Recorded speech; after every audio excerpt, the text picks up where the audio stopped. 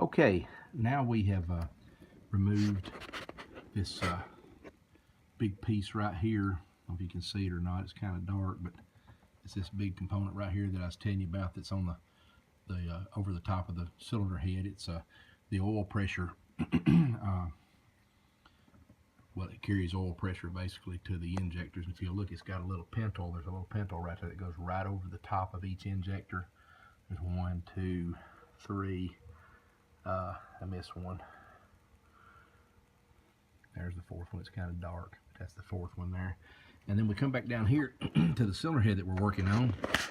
I'm holding the camera so we're a little shaky, but what we're going to do, we're going to remove that very back injector at the back, but you can't see it because I can't hardly get the camera back there and let you see me removing that injector. But I'm going to show you. This is the injector right here. This is an injector, this unit right here, and it's got the wire. It goes right up to the top of the cylinder head, and it actually plugs in on the other side, and then the connector pulls out of this hole right here.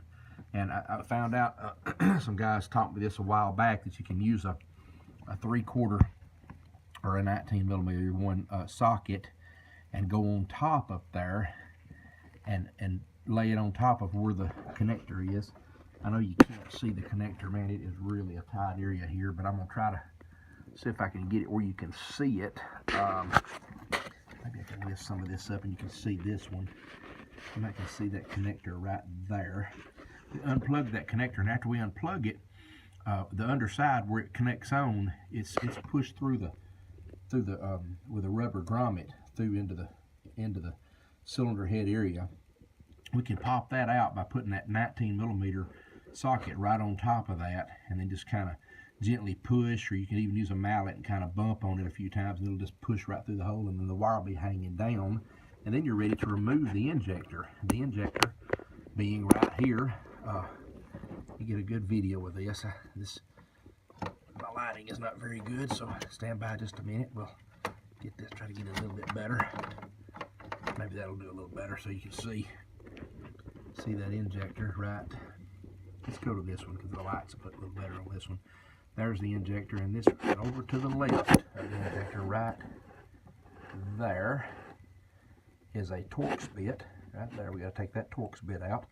It's a T40 Torx bit that you'll use, and there it is. There's a good view of it there on the picture.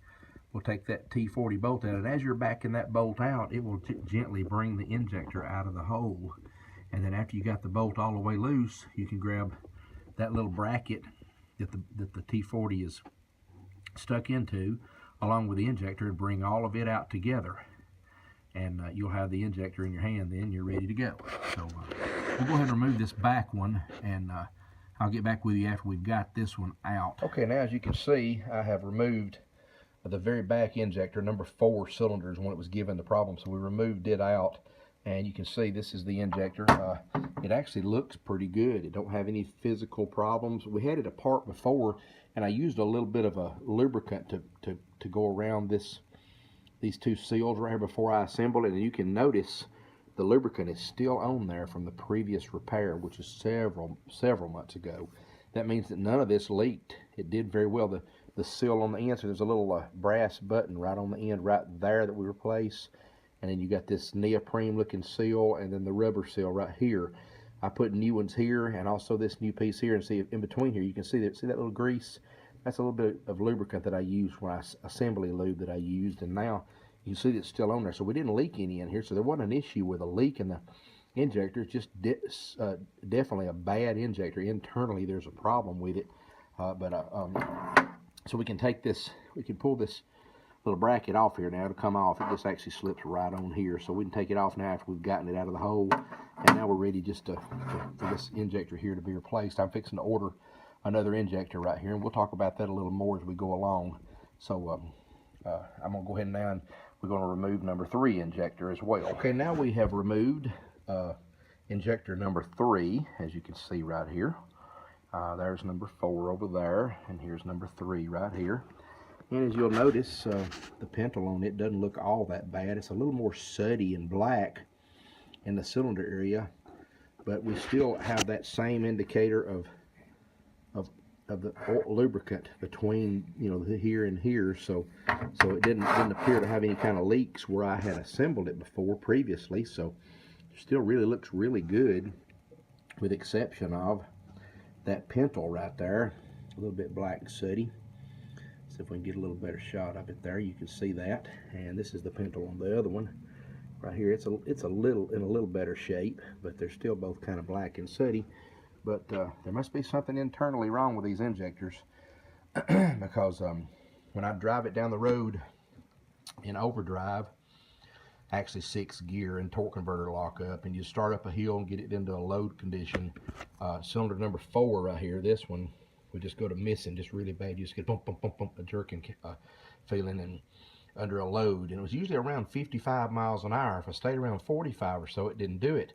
But when I looked on the scanner, along with this test drive where it would do this, looking at the cylinder contribution, I always had number 4 with a massive failure. I mean, huge. It would show on the scope. It has a little lab scope along to the right of the numbering system that shows where you're misfiring, and that lab scope would just be all over the board. Just a very terrible signal. Number 3 would also show a bad signal. Not hardly as bad as 4, but it also showed up with a misfire problem with number 3 cylinder. Now I understand it's really not a misfire, it's just a contribution of the cylinder is not as well. So we're monitoring those cylinders as they come around, and cylinder number 3 and cylinder number 4 was the ones missing. Also number 6 was acting up just a little, so we're going to also replace number 6. It's just, I mean, number 6, you had to really stay in it for a good long time, and you'd finally see number 6 misfire just a little bit. But I'd feel more comfortable, since I'm tearing it apart, to go ahead and do the other side, and let's get number 6 out and get it fixed as well, because we appear to be dumping a lot of fuel in the cylinder. See, we're real black and sooty, and black and sooty on both of those. Talking to some of the other guys that work on these 2004s a lot, well, actually this 6-liter engine, basically, they're telling me that this FICM, the fuel injection control module, let me move over here to it just for a second. I don't want to move too fast here, but I want you to see, if you can notice where it's at. It's located right under there. I don't know if you can see that or not. That fuel injection control module, right through that opening right there between the little V there. You see the little module.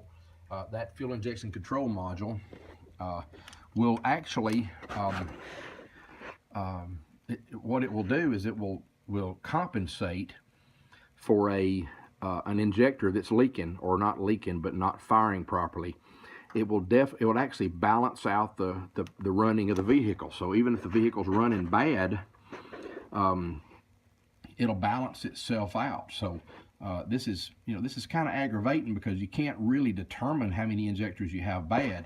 Now, if you use the Ford system, the Ford computer system, the real Ford one, Ford has a way to turn that option off in the FICM, in the fuel injection control module, so it no longer compensates for a bad injector, or an injector that's not firing properly, is what I'm told. Now, the scanner that I use, which is the Snap-on scanner, it doesn't have that option in it, so I can't, bring the cylinders down to a normal run. But if I had that Ford system, I could do that, but it's extremely expensive. It's a laptop computer with the software and everything, and I'm not sure. The laptop's pretty expensive, and then your software, I think, is about $1,000 a month, and I may end up buying that eventually if I keep the truck and keep driving it, because I do this, I'm actually a technician, but I just teach now, so I don't really do it enough to warrant me buying that expensive a piece of equipment. So who knows? We may do it or we may not do it. I don't know. But right now I'm just going to replace these 3, because I do know that they're acting up. And if we have to go back in it, we'll go back in it again, because it's really not a problem. I enjoy working on this truck, and I enjoy the truck. I love driving this truck, and I do not want to get rid of it. So just stay with me. we'll try to, you know, I've got to order these injectors so we can get these in, and I'll go ahead and tear the other side apart too. So we'll continue. I may go ahead and make that other side maybe another video so we can try to complete this one. I may even do another video for assembling the other side, so we can go ahead and post this one on the site. So hopefully we can. So y'all stick with us. Be sure and you know, subscribe to our site. It's UTAC, UTAC. If you get a chance to try to subscribe to it, I wish you would. Also, we have a school site. It's under the Udemy website. That's UDEMY, www.udemy.com. And we have a website under there, or a site under there also, where we have a school put together. The school is on automotive repair. It's on basic automotive repair, but we're going to start building on that and trying to make it a little bit more, you know, a little bit better, and try to do some, you know, fine-tune type programs, like maybe do a complete transmission overhaul, or maybe a complete differential overhaul, show the steps, you know, one step at a time, so you can see everything in advanced version. So stick with us, and we'll try to keep going here. So thanks a lot, and y'all have a great day.